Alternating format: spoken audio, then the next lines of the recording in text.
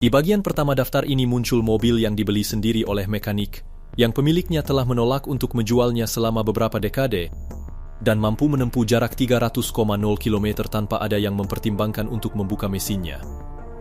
Hari ini 10 lagi kembali, model berbeda, filosofi sama.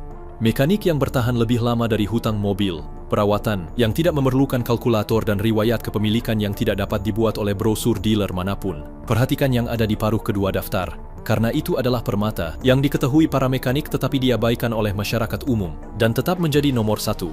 Karena ini adalah mobil dalam daftar ini dengan unit terbanyak yang masih beredar aktif dengan jarak tempuh lebih dari 500,0 km, dan mesinnya telah mencatat rekor yang tidak dapat ditandingi oleh pabrikan Eropa manapun di segmen sedan. Keandalan sebuah mobil bukanlah janji, pemasaran atau garansi 5 tahun.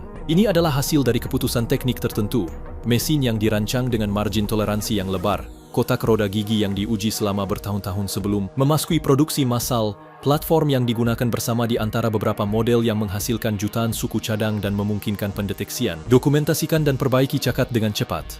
10 mobil di daftar bagian kedua ini memiliki kesamaan keputusan, meski berasal dari merek, segmen, dan era yang berbeda. Tidak ada yang muncul di bagian pertama. Tidak ada yang paling modern di segmennya dan tidak ada yang paling berteknologi maju. Mereka semua memiliki kesamaan yang semakin sulit ditemukan di pasar saat ini. Sejarah kepemilikan yang jelas, diukur dalam kilometer yang tidak dapat dijangkau oleh sebagian besar mobil modern. 10. Toyota Corolla generasi ke-10 dan ke-11, 2007-2019. Corolla merupakan mobil terlaris dalam sejarah otomotif, dengan produksi lebih dari 50 juta unit. Dan fakta itu bukan sekadar angka pemasaran. Ini adalah konsekuensi langsung dari puluhan tahun pembeli di seluruh dunia yang memilih, merawat, dan merekomendasikannya kepada orang berikutnya yang membutuhkan mobil bebas masalah. Generasi yang paling langsung membangun reputasi tersebut dalam periode terakhir adalah generasi ke-10 dan ke-11 yang diproduksi antara tahun 2007 dan 2019. Mesin yang mendefinisikan generasi ini adalah 1.8 liter 2 SRFI, blok 4 silinder dengan rantai waktu dan camshaft, overhead ganda, tanpa turbo, tanpa injeksi langsung pada versi paling umum. Tidak ada sistem penonaktifan silinder. Arsitekturnya memiliki kesederhanaan yang langsung dikenali oleh para mekanik. Setiap komponen memiliki fungsi yang jelas dan biaya penggantian yang dapat diprediksi. Perawatan tahunan Corolla generasi ini adalah antara 200 dan 350 euro tergantung pasar. Salah satu level terendah dari semua sedan produksi serial kompak. Toyota memproduksi Corolla generasi ini di 11 negara berbeda secara bersamaan. Distribusi produksi ini menghasilkan jaringan suku cadang global yang membuat suku cadang mobil tersedia di bengkel manapun di dunia dalam waktu kurang dari 48 jam. Bagi pemilik dengan jarak tempuh 250,0 km, data tersebut memiliki nilai praktis yang tidak dapat diukur oleh spesifik lembar data apapun. Corolla tidak pernah menjadi yang paling menarik di segmennya. Golf memiliki handling yang lebih baik, fokus lebih dinamis. Corolla menawarkan sesuatu yang berbeda. Kepastian bahwa setelah 10 tahun kepemilikan, mobil tersebut akan tetap sama seperti saat dibeli, dengan mesin yang sama dijalankan dengan cara yang sama dan dengan biaya perawatan yang dapat diprediksi sama. Bagi jutaan pembeli, kepastian itu lebih berharga daripada dinamika berkendara apapun. Dan argumen tersebut, yang telah diverifikasi oleh pasar selama beberapa dekade, tidak ada bandingannya dengan mobil lain di segmen kompak.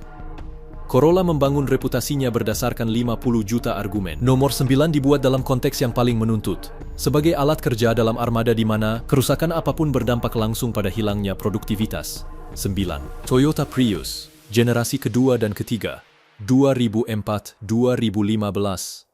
Prius menempati posisi paradoks dalam persepsi pasar. Selama bertahun-tahun, keraguan tentang ketahanan baterai hibridanya adalah argumen yang paling sering menentang pembeliannya. Pemilik selama 2 dekade menjawab pertanyaan itu dengan data. Prius generasi kedua dan ketiga diproduksi antara tahun 2004 dan 2015. Mereka miliki riwayat ketahanan baterai yang paling banyak didokumentasikan dibandingkan hibrida produksi massal manapun. Catatan pemilik terverifikasi dengan lebih dari 300,0 km pada baterai nikel metal hidrida asli. Di armada taksi di kota-kota di seluruh dunia di mana mobil bekerja 12 jam sehari.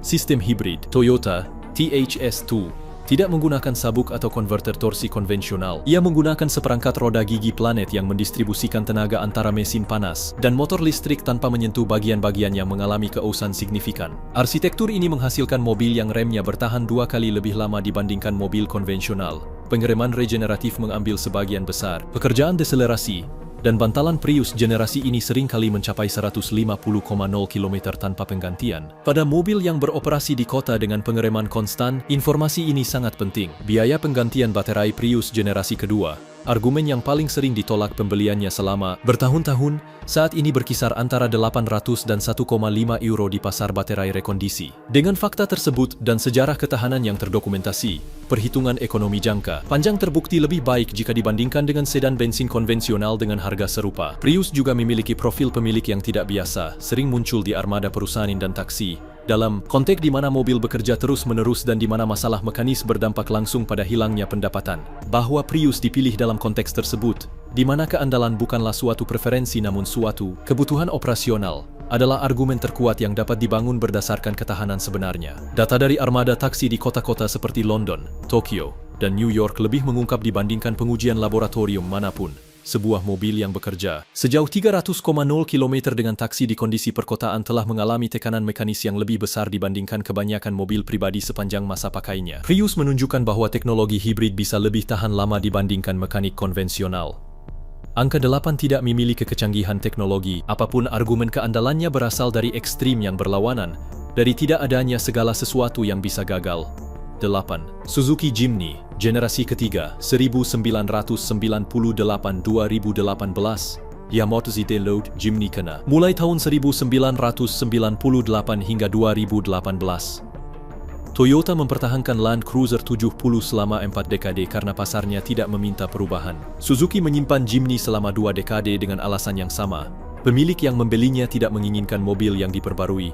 Mereka menginginkan mobil yang sama yang sudah mereka ketahui cara perawatannya, dengan komponen yang sama yang sudah hafal oleh mekanik mereka. Mesin 1,3 liter G13 BB dan transfer case dengan pengurangan mekanik 2 kecepatan adalah dua komponen yang menentukan identitas Jimny. Mesin tersebut menghasilkan tenaga kurang dari 80 tenaga kuda pada mobil berbobot 1,05 kg, yang berarti mesin tidak pernah bekerja mendekati batasnya dalam penggunaan normal. Mesin yang secara rutin beroperasi pada 40 atau 50% dari kapasitas maksimumnya mempunyai harapan hidup yang jauh lebih lama dibandingkan mesin yang biasanya beroperasi pada batas tenaganya. Dengan pengurangan persneling, Jimny dapat melaju dengan kecepatan kurang dari 5 km dengan torsi maksimum. Tersedia di keempat roda sepenuhnya secara mekanis, tanpa bantuan elektronik atau distribusi torsi variabel. Kapasitas tersebut, dalam sebuah mobil seberat 1,05 kg, menghasilkan kendaraan segala medan yang mampu mengikuti Land Cruiser melewati medan sulit dengan 1/10 kompleksitas mekanis. Biaya perawatan Jimny adalah yang terendah dibandingkan SUV yang diproduksi secara massal.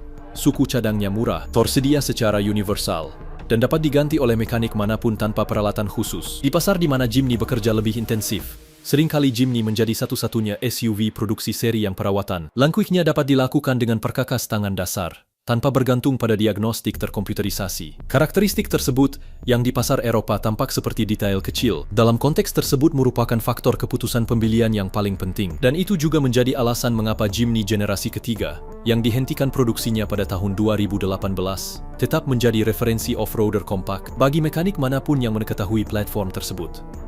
Jimny dapat diandalkan karena kesederhanaannya. Semakin sedikit kegagalannya, semakin lama masa pakainya. Nomor 7 mencapai keandalan yang sama dengan lebih banyak kompleksitas, namun diterapkan dengan kematangan teknik yang secara jelas membedakannya dari pesaing langsungnya.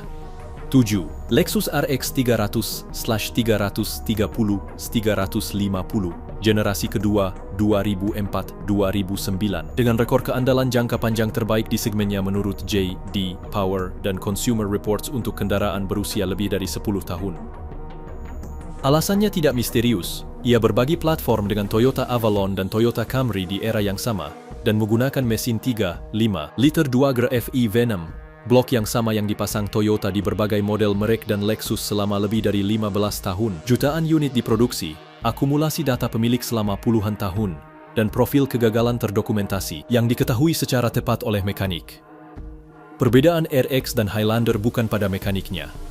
Itu ada di dalam. RX generasi ini memiliki kualitas bahan dan tingkat penyelesaian yang pada tahun 2004 menjadi standar untuk segmen kemewahan kompak, dan 20 tahun kemudian masih jauh lebih unggul dibandingkan banyak pesaingnya saat ini. Kabinnya senyap, kursinya terlihat tua jika digunakan dalam waktu lama, dan bahannya tidak rusak seperti pada versi entry-level merek Eropa di segmen tersebut. Biaya perawatan Lexus RX generasi ini sebanding dengan Toyota Camry di era yang sama. Bukan harga beli setara BMW X5 atau setara Audi Q7. Perbedaan akumulasi biaya pemeliharaan selama 10 tahun antara RX dan rival Jerman di segmen yang sama bisa melebihi 8,0 euro. Perbedaan itulah yang menjadi argumen yang menjadikan RX bekas salah satu pembelian paling rasional di pasar barang mewah bekas. RX generasi kedua merupakan SUV mewah yang menunjukkan bahwa segmen premium tidak memerlukan mekanik rumit untuk membenarkan harganya. Toyota menerapkan filosofi yang sama dengan Camry, mekanik yang terbukti dan bahan berkualitas, dan hasilnya adalah sebuah mobil yang disimpan pemiliknya selama 12 atau 15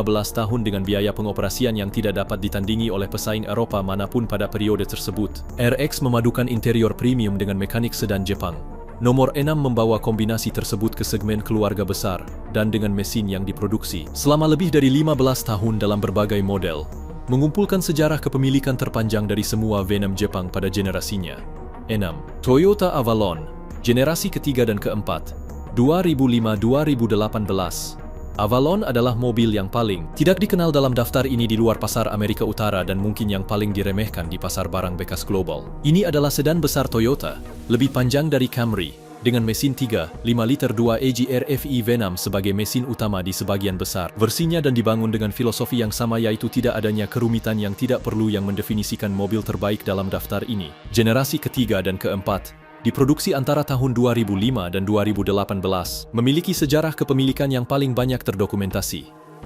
2G RFI berhak mendapatkan paragrafnya sendiri. Toyota memproduksinya selama lebih dari 15 tahun dalam berbagai model Toyota dan Lexus, menghasilkan sejumlah data pemilik yang tidak dapat ditandingi oleh mesin produksi terbatas manapun. Ini adalah blok aluminium 6 silinder berbentuk V dengan rantai waktu dan riwayat kegagalan, yang dirangkum secara akurat oleh mekanik Toyota. Rusak jika Anda tidak mengganti oli. Dengan memperhatikan penggantian oli, ini adalah salah satu mesin dengan umur terpanjang di segmen sedan besar. Di forum pemilik Avalon di pasar Amerika terdapat cukup banyak catatan unit dengan jarak tempuh lebih dari 400,0 km dengan mesin asli untuk menjadi pola tidak terkecuali. Pertanyaan yang paling sering muncul di forum-forum ini bukanlah apa yang salah, tergantung apakah masuk akal untuk terus mendorongnya atau mengubahnya. Respons yang paling umum adalah melanjutkan. Avalon tidak memiliki distribusi resmi di Eropa pada generasi ini, yang menjelaskan kurangnya pengakuan di pasar tersebut. Di pasar Amerika, pemilik jangka panjang menggambarkannya dengan konsistensi yang luar biasa. Mobil yang Anda beli sekali, dirawat dengan oli dan filter, dan terus berjalan sementara Anda bertanya-tanya kapan akan berhenti. Terlalu banyak contoh dengan jarak 400,0 km yang belum menjawab pertanyaan tersebut. Avalon menghadirkan keandalan Camry ke format yang lebih besar. Nomor 5 lebih tua dari mobil manapun dalam daftar ini, berasal dari beberapa merek yang diasosiasikan dengan daya tahan, dan memiliki mesin paling tangguh yang pernah dibuat oleh pabrikan Eropa di segmen sedan menengah. 5. Mercedes-Benz 424 1984 1997. 424 adalah Mercedes yang paling konsisten dikutip oleh mekanik yang berspesialisasi dalam merek tersebut. Ketika ditanya model mana yang akan mereka beli dengan uang mereka sendiri, bukan yang paling modern, bukan yang paling lengkap, bukan yang paling berteknologi maju. 124. Alasannya teknis dan konkret. Ini adalah Mercedes terakhir yang dibuat dengan standar toleransi komponen dan ukuran besar yang diterapkan merek tersebut sebelum tekanan pada margin produksi mengubah filosofi teknik perusahaan pada tahun 1990-an. Mesin diesel inline 4 dan 5 silinder O601, O602 dan O603 yang dilengkapi W124 adalah mesin diesel Eropa yang paling tahan lama dalam produksi seri. O625 silinder 2,5 liter telah memverifiki rekor pemilik dengan jarak tempuh lebih dari 600,0 km dengan mesin asli di negara-negara yang menjunjung tinggi perawatan oli dasar dan filter. Di Turki, Afrika Utara, dan beberapa negara Timur Tengah, mesin diesel 124 tetap aktif digunakan di armada taksi dengan jarak tempuh yang tidak dapat ditandingi oleh sedan Eropa berikutnya. O625 silinder bekerja di armada taksi di Istanbul, Casablanca dan Kairo dengan jarak tempuh yang dalam banyak kasus melebihi 1 juta kilometer yang terakumulasi antara beberapa pemilik berturut-turut. Ini bukan data laboratorium atau uji resistensi terkontrol. Ini adalah catatan penggunaan aktual dalam kondisi perkotaan bersuhu tinggi dan berkualitas bahan bakar rendah. Tepatnya kondisi yang menghilangkan mesin dengan toleransi produksi yang lebih ketat. W124 di pasar bekas saat ini memiliki harga yang lebih tinggi dari usianya, terutama pada versi diesel yang terpelihara dengan baik. Bukan karena ini adalah barang koleksi dalam arti estetika, namun karena pasar pembeli yang berpengetahuan mencari keandalan yang terdokumentasi telah sampai pada kesimpulan yang sama seperti yang telah ditunjukkan oleh para mekanik selama beberapa dekade. Untuk penggunaan sehari-hari jangka panjang tanpa kejutan mekanis, mesin diesel 124 adalah sedan Eropa paling hemat biaya yang dapat dibeli di pasar barang bekas saat ini. Sebuah mobil dari tahun 90-an yang bersaing dalam hal biaya kepemilikan dengan sedan Jepang yang diproduksi 10 tahun kemudian. Hal ini tidak dapat dijelaskan dengan desain atau teknologi. Hal ini dijelaskan dengan rekayasa blok. W124 menunjukkan bahwa daya tahan Eropa memang ada, dan Anda harus kembali ke 3 dekade lalu untuk menemukan yang terbaik. Angka 4 bersifat kontemporer, berasal dari merek Jepang dan mewakili argumen keandalan terkuat di segmen keluarga kompak dalam 20 tahun terakhir. 4. Honda Odyssey generasi ketiga dan keempat, 2005-2017. Odyssey adalah minivan yang direkomendasikan mekanik kepada keluarga yang membutuhkan ruang untuk 7 orang dan tidak menginginkan kejutan mekanis. Generasi ketiga dan keempat, diproduksi antara tahun 2005 dan 2017, menggunakan mesin 3.5 liter G35 V6 milik Honda. Sebuah blok yang digunakan merek tersebut selama bertahun-tahun di Pilot, Ridgeline, dan Acura MDX, mengumpulkan riwayat data pemilik di lingkungan dengan permintaan tinggi yang hanya dapat ditandingi oleh sedikit mekanisme perpindahan ini. Keputusan desain terpenting Odyssey generasi ini bukanlah mesinnya. Itu adalah gearbox. Honda menggunakan transmisi otomatis 5 dan 6 kecepatan dengan konverter torsi konvensional pada saat beberapa saing bermigrasi ke CVT yang digerakkan oleh sabuk untuk meningkatkan angka konsumsi homologasi. Build CVT memiliki catatan ketahanan yang lebih buruk dibandingkan kotak konverter torsi dalam kondisi beban tinggi dan penggunaan jangka panjang, persis seperti profil penggunaan MPV keluarga 7 kursi. Keputusan Honda untuk mempertahankan transmisi konvensional menghasilkan profil perawatan gearbox yang jauh lebih bersih dibandingkan pesaing langsungnya. Odyssey berbagi lebih dari 200 suku cadang mekanis dengan Honda Pilot dan Acura MDX pada generasi yang sama. Komunitas komponen ini memproduksi salah satu jaringan suku cadang terluas dan termurah di segmen minivan. Suku cadang Odyssey apapun dapat ditemukan dalam keadaan baru, diproduksi ulang, atau bekas di pasar manapun yang memiliki kehadiran Honda dengan harga yang tidak dapat ditandingi oleh pesaing Eropa di segmen tersebut. Odyssey generasi ini tidak memiliki reputasi global seperti Corolla atau Prius karena minivan keluarga merupakan segmen dengan sebaran geografis yang lebih terkonsentrasi. Namun di Amerika Utara, kendaraan keluarga dengan 7 tempat duduklah yang paling sering direkomendasikan oleh mekanik dibandingkan alternatif apapun. Ini bukan yang paling modern, tidak memiliki desain eksterior terbaik dan juga bukan yang termurah. Namun di antara pemilik yang telah mengendarainya selama 10 tahun atau lebih, jawaban apakah mereka akan mengganti mobil muncul dengan konsistensi yang tidak biasa. Kebanyakan tidak. Dan ketika mereka akhirnya mengubahnya, banyak yang membeli Odyssey yang lain. Odyssey menyelesaikan minivan keluarga dengan mekanik yang tidak perlu diketahui pemiliknya karena tidak pernah memberi mereka alasan untuk mengetahuinya. Nomor 3 menyelesaikan sedan kompak dengan filosofi yang sama, dan dalam prosesnya membangun mesin 4 silinder dengan sejarah paling terdokumentasi sejauh 400,0 km dari sedan kompak manapun dalam 30 tahun terakhir. 3. Toyota Camry generasi ke-5 dan ke-6, 2002-2011. Bagian satu dari daftar ini termasuk Camry generasi ke-7. Yang ke-5 dan ke-6 muncul di sini, diproduksi antara tahun 2002 dan 2011. Karena memiliki argumen ketahanan yang berbeda dan dalam beberapa aspek lebih ekstrim. Mesin 2 AZCFE 4 silinder 2, 4 liter yang melengkapi generasi ini memiliki salah satu rekor pemilik jarak tempuh tinggi yang paling banyak didokumentasikan di segmen sedan ukuran menengah unit dengan jarak tempuh 400,0 dan 500,0 km dengan mesin asli bukanlah kasus luar biasa di forum pemilik. Ini adalah jenis hasil yang cukup sering muncul untuk membentuk pola statistik. 2 AZFEE adalah mesin aluminium dengan rantai waktu, injeksi tidak langsung dan tanpa penonaktifan silinder atau sistem kompresi variabel. Tidak ada yang terlalu mencolok dalam spesifik teknisnya. Argumen yang membuat produk ini tahan lama bukan terletak pada inovasinya, namun pada pelaksanaannya. Toleransi produksi, kualitas aluminium yang digunakan dan margin desain sistem pelumasan menghasilkan mesin yang, dalam kondisi perawatan dasar, memiliki masa pakai yang sulit ditentukan dengan data yang tersedia. Karena terlalu banyak contoh yang belum mencapai akhir. Camry generasi ke-5 dan ke-6 berbagi mesin dan banyak suku cadang mekanis dengan Toyota RAV4 di era yang sama. Highlander generasi pertama, dan Lexus IS di tahun yang sama. Komunitas komponen ini menghasilkan salah satu jaringan suku cadang termurah dan paling mudah diakses di segmennya, dengan suku cadang tersedia di hampir semua pasar di mana Toyota hadir. Camry generasi ini mendapat kritik selama produksinya karena alasan yang sama seperti Corolla. Ini bukan yang paling menarik di segmennya. Accord di era yang sama lebih sporty. Passat memiliki finishing kabin yang lebih baik. Namun jika melihat data pemilik setelah 15 atau 20 tahun digunakan, Camry tampil dengan konsistensi yang tidak ditiru oleh para pesaingnya. Bukan karena ini adalah mobil terbaik di generasinya, karena tahan paling lama dengan akumulasi biaya perawatan paling rendah. Dan dalam keseimbangan ekonomi real kepemilikan jangka panjang, argumen tersebut lebih penting daripada penilaian apapun mengenai berkendara dinamis.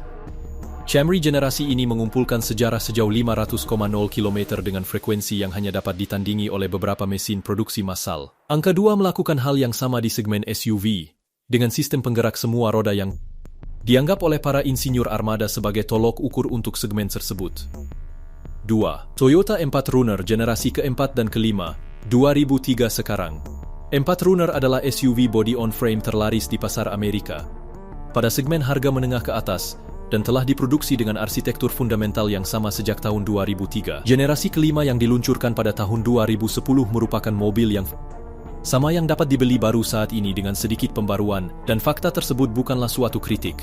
Ini adalah konsekuensi bahwa Toyota belum menemukan alasan teknis yang memadai untuk mengubah platform yang terus dipilih pasar dibandingkan para pesaingnya dengan arsitektur yang lebih modern. Mesin 4,0 liter 1 GRFE V6 telah menjadi jantung dari 4Runner sejak tahun 2003. Sebuah blok aluminium dengan rantai waktu, 270 tenaga kuda dan torsi 377 pon kaki, dirancang dengan margin toleransi yang diterapkan Toyota pada mesin tugas beratnya, bukan sedan penumpangnya. Margin desain tersebut menghasilkan mesin yang dalam kondisi perawatan dasar telah memverifiki catatan pemilik melebihi 300,0 mil, sekitar 480,0 km, dengan blok aslinya. Transmisi otomatis 5 dan 6 kecepatan yang menyertainya memiliki rekam jejak ketahanan yang setara ketika cairan transmisi diperbarui pada interval yang disarankan. Ini adalah powertrain yang dideskripsikan oleh mekanik Toyota dengan ungkapan yang sama seperti Land Cruiser, rusak jika tidak dirawat. Dengan dilakukannya maintenance, sulit diprediksi kapan akan rusak karena data yang ada tidak menemukan titik tersebut. 4Runner generasi kelima saat ini telah diproduksi selama lebih dari 15 tahun tanpa perubahan platform dan terus menjadi salah satu dari 10 SUV terlaris di pasar Amerika. Alasan yang diberikan dealer Toyota atas kesinambungan penjualan ini bukanlah alasan pemasaran. Masalahnya adalah pemilik yang memilikinya tidak mengubahnya, dan pemilik yang mencari SUV secara khusus mencari model tersebut karena mereka tahu apa yang dikatakan pemilik lain tentang model tersebut. Sasis tangga 4Runner menghasilkan penanganan jalan yang kurang halus dibandingkan SUV platform unibody modern. Perbedaan perilaku tersebut persis seperti yang dihargai oleh pemiliknya. Body on frame menawarkan pemisahan antara struktur mobil dan bodi yang memungkinkan.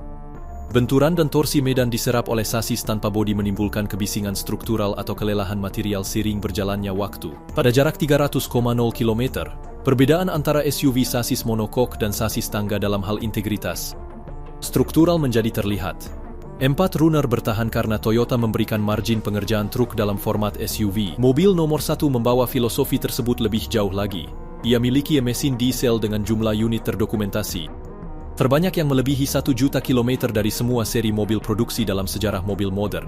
1. Toyota Land Cruiser 100 seri 1998-2007. Land Cruiser di bagian 1. Daftar ini adalah Prado 150, yang paling kompak dan paling terjangkau di keluarga. Yang menutup bagian kedua ini adalah kakaknya, Land Cruiser 100. Diproduksi antara tahun 1998 dan 2007.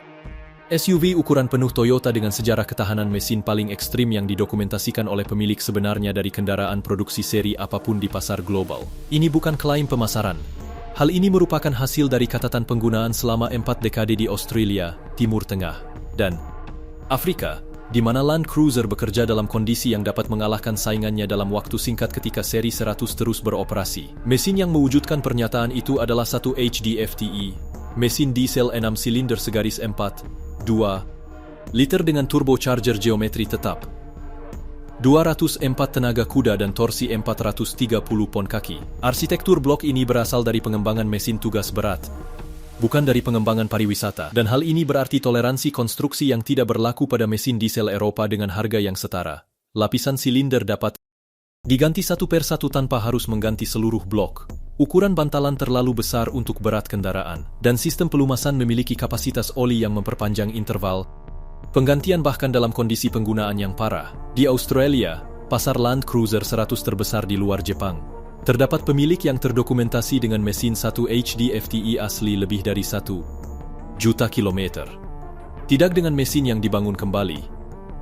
Dengan mesin pabrik, dengan komponen internal aslinya, berjalan. Angka tersebut belum pernah terdokumentasikan pada mesin diesel lainnya dalam SUV produksi seri di pasar global. Land Cruiser 100 memiliki profil biaya pembelian yang tidak sesuai dengan mobil dalam daftar ini, unit yang dirawat dengan baik di pasar Australia dan Eropa dihargai antara 20.000 dan 40.000 tergantung pada jarak tempuh dan perlengkapan. Dan di beberapa pasar permintaan melebihi pasokan yang tersedia. Distorsi harga ini bukannya tidak rasional. Pembeli yang membayar sejumlah itu untuk sebuah Land Cruiser dengan jarak tempuh 300,0 km bukanlah membeli mobil bekas. Anda membeli mesin yang dengan perawatan dasar dapat menempuh jarak 300,0 km lagi, pada platform dengan sejarah. Integritas struktural yang belum dapat ditawarkan oleh pasar SUV modern karena belum ada yang mengetahuinya dalam jangka waktu yang cukup lama. Land Cruiser 100 menutup nomor 1 di bagian kedua ini dengan alasan yang sama dengan Prado 150. Menutup bagian pertama karena ini mewakili argumen ketahanan terkuat yang ada di segmen SUV produksi seri, dengan data pemilik sebenarnya yang tidak dapat diproduksi oleh produsen di laboratorium atau berdasarkan garansi. Ini bukan yang paling modern dalam daftar ini dan juga bukan yang paling nyaman di jalan. Ini adalah salah satu yang bertahan paling lama. Dan dalam daftar yang dibangun berdasarkan argumen tersebut, itulah yang menjadi nomor 1. Penutupan, 10 mobil dari segmen berbeda, merek berbeda, dan era berbeda memiliki kesamaan. Semuanya memiliki pemilik yang menolak menjualnya, bukan karena sentimen, tapi karena mereka telah menghitungnya dan mengetahui bahwa apa yang mereka miliki di garasi sulit digantikan dengan sesuatu yang setara di pasar saat ini. Pola yang muncul di semua mobil dalam daftar ini, dan di bagian pertama, adalah sama. Mesin tanpa kerumitan yang tidak perlu, kotak roda gigi yang diuji selama bertahun-tahun di berbagai model sebelum memasuki produksi massal, dan platform dengan volume produksi yang memadai sehingga setiap cacat dapat dideteksi dan diperbaiki dengan cepat. Keputusan teknis tersebut tidak menghasilkan mobil yang paling menarik atau modern. Mereka memproduksi mobil yang tetap berjalan ketika yang lain sudah ada di bengkel. Land Cruiser 100 menjadi nomor 1 karena memiliki data ketahanan terdokumentasi paling ekstrim dari semua seri mobil produksi yang ada di pasaran saat ini.